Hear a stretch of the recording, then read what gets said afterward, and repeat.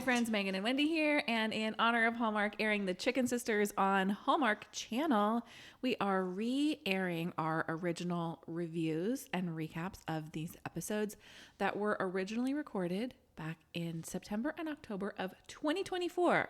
So enjoy The Chicken Sisters and enjoy these recaps and reviews.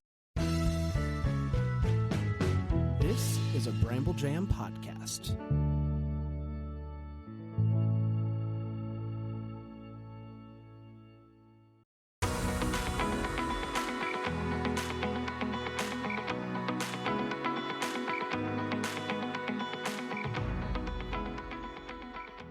Welcome to Girls Gone Hallmark, a Hallmark review podcast. I'm Megan, and I'm a longtime Hallmark fan. I'm Wendy. I'm a former Hallmark hater. Today, we're discussing Chicken Sisters, Episode 7. It's just junk, y'all. Alternate title, I Fall to Pieces, if you're keeping up with the two-title phenomenon happening. And I'm going to tell you, I kind of like the song title series that happens on the IMDb titles of these episodes. I can't help but wonder, did they just decide that's the way we do our titles for the way home and we can't repeat that? I don't know. I don't know either. Nevertheless, The Chicken Sisters does stream exclusively on the Hallmark Plus platform.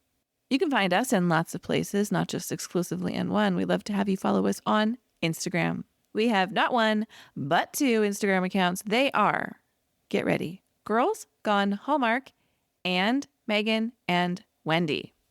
Hey, jump into our Facebook group, Girls Gone Hallmark. It's private and it's filled with amazing people who really know their stuff about Hallmark movies. So like if you ever had like just a random question, there are a lot of people there who will know the answer. The Hallmark knowledge, there's a deep bench over there. Yeah, for sure. Hey, we love your emails. You can email us girlsgonehallmark@gmail.com. And we'd like to discuss a little more feedback we've received since our last episode before we hop into our thoughts on this one. I had posed the question on the last episode, do we think Frank Jr. is abusive? And we both had said, maybe not. I mean, there's no evidence of being. I said maybe not. I said You maybe. said emotionally abusive. Yeah. Verbally abusive. Mm-hmm. There's obviously no evidence of him being physically abusive. I was on the fence, but we got some feedback that suggests otherwise and wanted to share that perspective. Yeah, the first one comes from a listener who wants to remain anonymous, and they write, yes, Frank Jr. is verbally and emotionally abusive. Amanda is stuck in an abusive relationship, and you can't always leave those kinds of relationships. And the scenes with Frank Jr. listening to the radio in his car are signs of underlying anger issues that could quickly lead to physical abuse. And then goes on to say, sorry, struck a nerve and had to get that out. Yeah, I appreciate that perspective. I agree the scenes with him in the car are very troubling. Yeah. The way he reacts to this particular podcast, he is like seeking, what it seems to me is like he's seeking power from where he doesn't feel like he has it in his home. And so he's sourcing his power from this hard podcast. Ugh, it's so gross to me. So I do appreciate that perspective. Frank Jr. does not get any better in this episode, but before we talk details, let's hear a synopsis. Sure. Despite their differences, the town rallies around Gus, Amanda, and May in a time of need. Meanwhile, Sabrina starts to doubt her tactics on Kitchen Clash. A few news and notes about this episode. Episode 7 was written by Erin Gibson. Erin is a comedian, writer, podcaster, and director, known for her works on projects like Gay of Thrones for Funny or Die and Tiny Toons Looniversity. She also co-hosts a political comedy podcast called Attitudes that covers pop culture, women's rights, and LGBTQ plus issues. Monica Mitchell directed this episode. She has 38 previous directing credits, including Virgin River, Firefly Lane, a couple of Hallmark movies, and 2 episodes of Date My Dad. Heyo. Angela Sistio is the credited music supervisor for this episode. Shout out for using the song March of the Swivelheads, which was famously used in Ferris Bueller's Day Off and so perfectly used in this episode. Didn't you think so? I know Loved you've seen it. that movie a lot in Of your home. course. As soon as I heard it, I was like, oh my God. And oh my God, she's running the same way like Ferris Bueller. Like, Yes, you know. I loved it. The Gen X audience was like, brains exploding. Totally. Drew Henderson plays Sheriff Lawrence. He has 18 acting credits, but is no stranger to Hallmark, having appeared in An Easter Bloom, Wedding Season, and The Wedding Cottage. Before we run down the key events of this episode, we're going to take a quick break for an ad, and we'll be right back.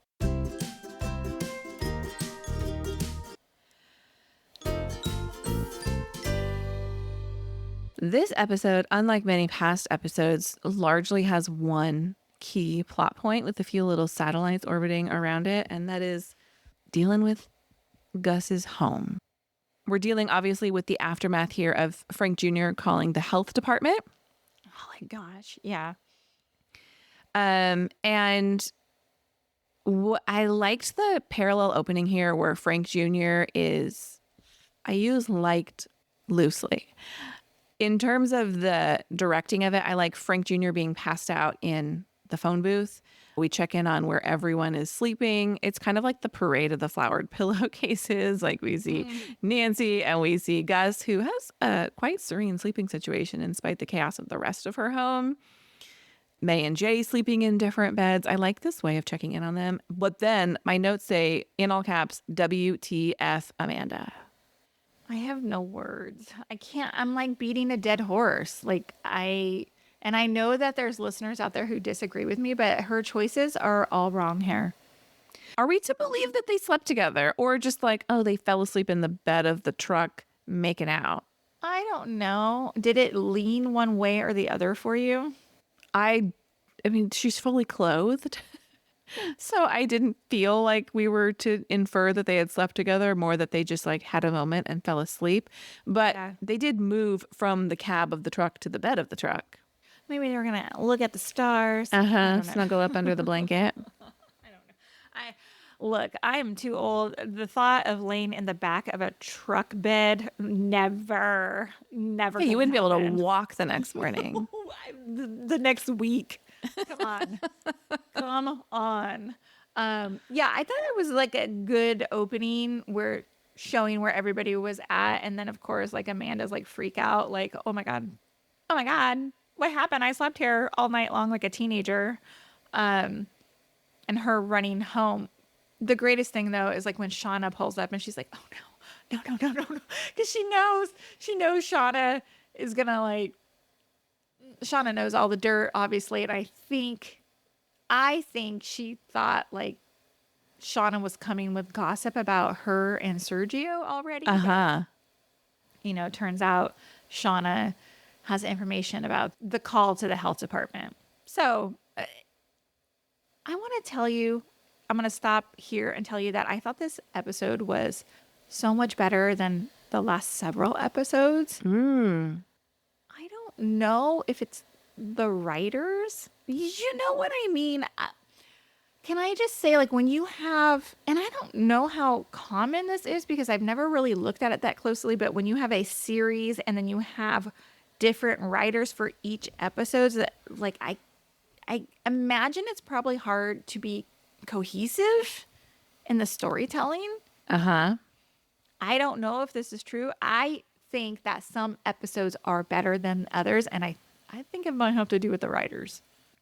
Yeah, I don't have any idea how that works. And I think it's probably show dependent, right? I think there's a very clear writing style that we see if we were to go back and look at each of these episodes. I like that we kind of dig in here on this one main plot point. We dig in on Gus's house. Obviously, this isn't something we could have done earlier in the season of this show, but some of these episodes, I like how fast-paced they are. We're jumping back and forth from storyline to storyline, but it can sometimes feel a little bit frantic. And so it was nice to slow down, zero in, focus on this one location and this one idea and how it's affecting everybody else for this one episode before we get to the episode 8 resolution. Will there be resolution in episode 8? You know, I cannot figure out what is going to happen. My friend Karen listened to the audiobook of the Chicken Sisters. And so I was talking to her about the show, and she doesn't subscribe to Hallmark Plus. And she's like, well, I listened to the first couple of episodes of your podcast. She goes, I found the book frustrating to read, so I'm not sure that I want to watch the show. And she doesn't have Hallmark Plus anyway. But, you know, I've explained some of the changes to her, and she's like, yeah, I don't know how you reconcile that with the way the book ends. Mm-hmm. Yeah. I have no idea. I can't envision the ending. And I can't envision an ending because the book ends kind of in a harmonious place. And I don't see a harmonious ending for all of our players here. Yeah, I think they're definitely hoping for a season 2. For sure. Yeah, because, I mean, you've told me what happens in the book, and I just can't see how that Definitely not. it's not going to happen with one more episode left. We, of course, spend a lot of time clearing out Gus's house. And I have to tell you, it stressed me out watching the very little bit of progress that seemed to be happening. Oh, for sure. And also, I was like, do y'all not have like a rubbish service in town you can call and be like, bring the biggest dumpster you have so we can load all of this up? You seem to know the sheriff's here, every single person in town is here. And you're just loading this all out onto the front lawn. I was like, get rid of it. Have a system. You guys are just moving shit around. Yeah, that was frustrating. And I've watched a lot of like hoarder type shows before. Uh-huh. And I think the process is probably slow moving because of the person who's, you know, not dealing well with getting rid of the stuff. You know, it's like a push and pull scenario. Yes, but in this episode I was like, oh my God, pull a dumpster up and just start throwing shit into it because you have something bigger on the line here. You know, potentially could lose her business. Yet, yes, look at the bigger picture. And particularly given that May had taken over and things were happening and moving. And yes, Gus was trying to slow the process down. It felt inefficient and it was frustrating to me. And I just imagined being in that situation, feeling overwhelmed. And spoiler alert, if you haven't read the book and you'd like to, tap forward 30 seconds. Gus does not burn her house down in the book. That is... Oh, really? That's a... yeah. Oh, yeah. That's a big shocking moment. Interesting. That's very interesting news. Can I tell you something I really loved about this episode? Sure. I love the growth we're seeing from Sabrina as a producer. One thing I was worried about coming into this show is Sabrina in the book is kind of nasty. Sabrina in the book never has like oh, maybe we're making gotcha television and I should rethink that. No. Sabrina just wants to produce the kind of show that's going to get people talking and going to catch people at their worst. There's scenes where they're almost like hijinksy, like hiding from Sabrina and like hiding behind the car so she doesn't see them get there. So she won't, you know what I mean? And in this, we'd see that in her in the beginning. But when the casting was announced and I was like, you know, I love Rukia Bernard and I don't want to root against her for an entire season. And so one of the best surprises has been that Sabrina's character is so fun. But in this episode where we see that she makes the decision to not use personally damaging footage, I like that growth. I do too. I thought that was a really good scene when May comes to her and like basically begs her and says like, please don't do it. And she's like, I didn't. It's fine. You know, like, Yeah. I love Sabrina. I think I love Rukia Bernard. For sure. Yeah. I think I love her more. Like, I don't know what it is. She brings a really nice warmth to that character who I can see being like very nasty. Yeah, they could have gone several different ways. Yeah. And I thought it was really funny when she she has like an issue in her hotel room and she got all like gussied up for Gruster and it wasn't him who Yeah, to where's fix it. Gruster? I think it's funny and I hope to see more from that if there is a season 2. Yeah, more Gruster, please. A couple other little moments. We don't get a lot of resolution on this. This is one of like, before Sabrina kind of has her light bulb moment, Lindsay is the one who's like, Mom, this is not cool. And Sabrina's like, what are you talking about? Like, you're just hanging out with her because I made you. And of course, Frankie runs away hurt. I don't think there's any resolution on the Frankie and Lindsay friendship because I Yeah. do think they began as like a, here, I'll pay you if you can have your phone back or whatever it was if you go hang out with this girl. But it seemed like they had developed a genuine friendship. Yeah. That kind of broke my heart a little bit. And then Sabrina was like, oh, if my kid is saying like, this isn't cool, I maybe need to rethink the way I'm doing my job. Yeah, totally. And then the May and Jay of it all. How awesome is Jay? I know, I just love him. Well, I've been saying for weeks, like, I really like May, and I think May has grown the most. Jay is just so understanding, and she had nothing to be afraid to tell him. Yeah, he Like, really, he's like, none of these things matter to him, you know? yes. And he takes it all in, and she's like, you know, you're not mad that I lied to you for the entire. He's like, well, I don't love that. But, you know, it wasn't the content of the lie that he was bothered by. Yeah. Yeah. What do you think about the scenes? There were a couple of really great scenes, I thought, when Gus and Sergio talk and they're sitting outside of her house while people are cleaning it up. And she shares how, like, she grew up in that house and how it was wonderful and, like, how, you know, after her mom died, all the stuff, like, made her feel safe and how she was feeling regretful and wished for a do-over. And Sergio tells her it's never too late. I just thought it was so nice.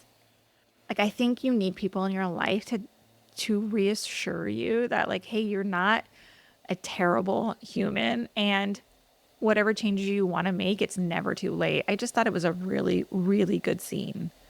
Yeah, I like that she acknowledged, like, you know, I was hurt, and in return, I hurt my girls too. Yeah.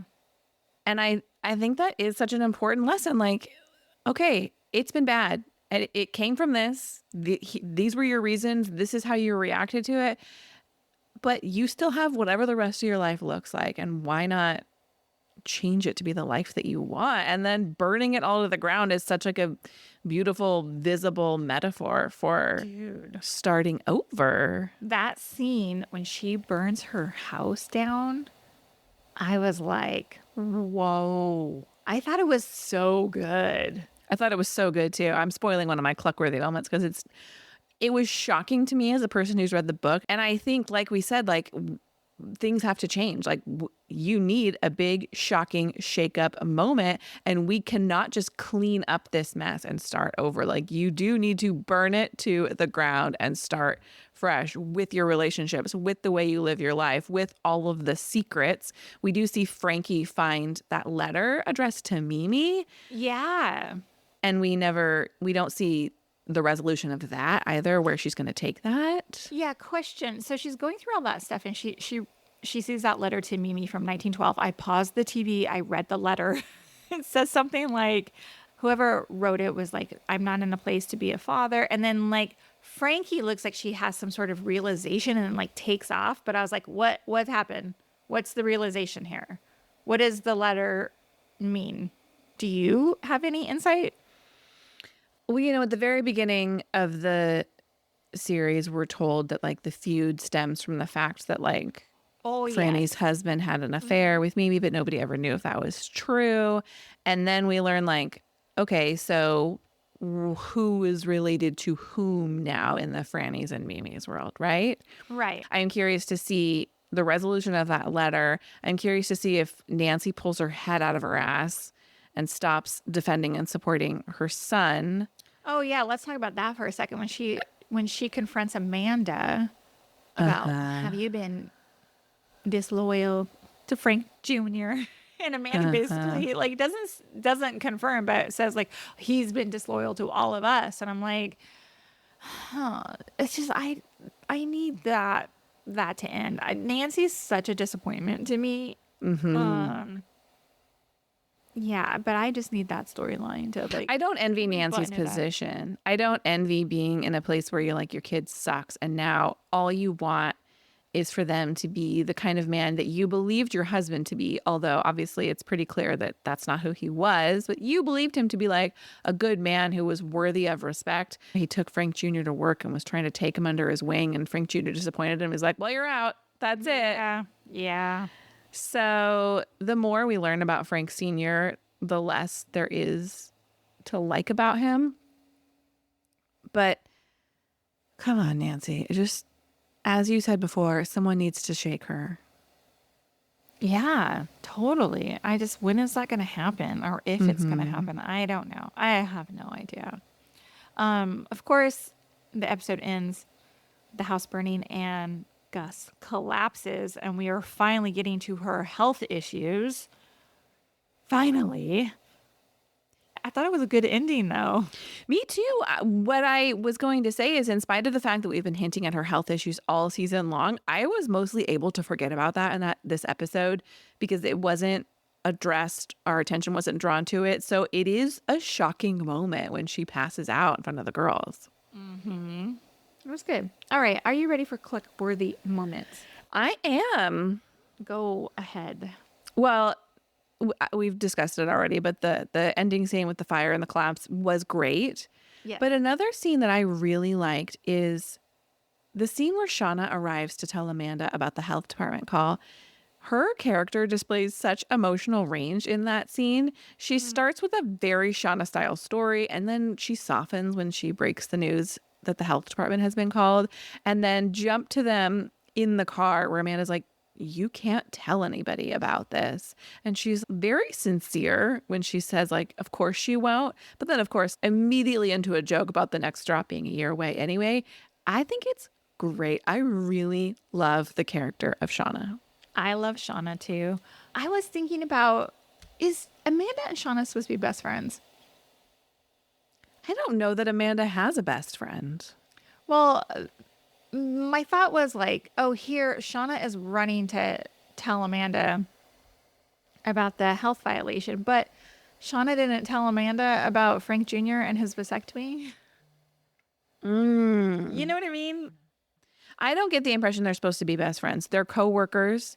And I think in this moment, she was like, Amanda needs to know this information. Got it. One of my click-worthy moments was, and it has to go back to the writing, but Amanda goes to Gus and tells her about the health violation. And Gus says, Mimi's is cleaner than a stripper pole on a Monday. I want a collection. Yeah, I want a collection of these Southern one-liners that we get in this series. So funny. Very funny. My final Cluckworthy moment is the scene where there's a little bit of a role reversal where Amanda comes to May. May is having a bit of a panic attack in the mess, and Amanda comes to her rescue for once and talks her through it. And I appreciated that May, May's been the one helping everyone along since she was a child, and she had someone do that for her. Yeah, I enjoyed that too. Did you like when May would to deal with what she was dealing with, go into her sparkle host? 100%. I thought it was A, really funny, and B, have you ever I'm just going to pretend that someone can see me and I'm going to do this at romanticizing your own life. You're like, I'm going to wash the dishes as if someo's recording me. Yes, I totally get it. One time when I had this job and we used to, it's just so stupid. I can't even believe I'm but we had key cards to get into the behind the doors. And I would pretend I was on Alias, that show Alias. So I was just trying to get through the workday. Whatever it takes. So stupid. That's so funny. I can't believe I admitted that. Who's your feathered friend of the week? It is Gus, actually. Oh. I thought it was quite moving that she finally realized what was most important to her, and that was her girls, and that she just needed to do something different about it. So I thought that was really good. Yeah, I think that's a great choice. Mine is Jay, simply for the introduction of a new character who's a real soft side of this show that we've been needing. It just made me feel warm and fuzzy and comfy and happy for May that she has someone like that. Hey, friends, thank you for listening to this episode of Girls Gone Hallmark, a Bramble Jam podcast. We will be back tomorrow with our review of Wedding Crashers. And of course, next week with our final review of The Chicken Sisters. Keep up with our schedule of episodes available in the show notes of this episode and at our website, girlsgonehallmark.com. We'll see you next time. Goodbye. Bye.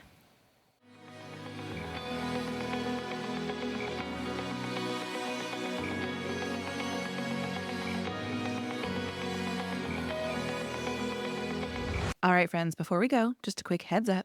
You're about to hear some ads. These little gems help us keep the show running and the Hallmark love flowing.